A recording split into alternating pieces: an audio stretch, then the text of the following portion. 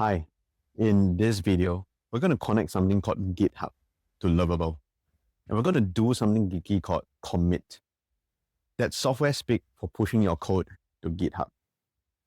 Okay, what's GitHub? GitHub is like a mega Google Drive, just that it doesn't really store documents. Instead, it stores code and software. If we're not coding, why are we learning about GitHub, you ask?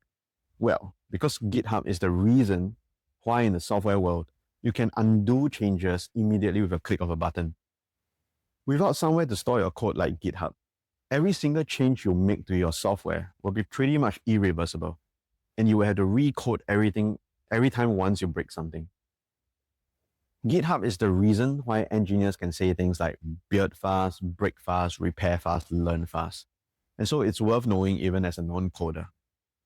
So just go to github.com and sign up for a free account for now and follow all the steps you see on the screen there. Pause the video and I'll wait for you.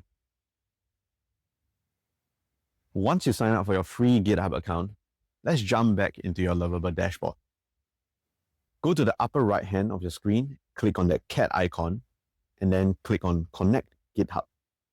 You'll see this pop up, and since it's a new project, it's likely not connected to GitHub. So go ahead and click on Connect Project. If you already have your GitHub account, Lovable should be able to detect it. So go ahead and toggle the switch on. If not, just click on Add Organizations and add your GitHub account. Once you're done, click on Continue and then click on Connect. A scary warning message will appear, but don't worry, it's just telling you that now your code will be transferred to GitHub for storage, and this is irreversible. But that's what you want anyway. So go ahead and click that red, scary Transfer Anyway button. After connecting, you should see a success notification pop up from the bottom right. And you should also be able to see your GitHub address. So you're going to click the copy button to copy the web page address, and then you're going to visit your GitHub web page.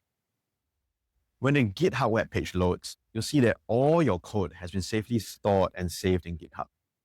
And this way, each time you make a mistake, you can just restore to the latest saved version.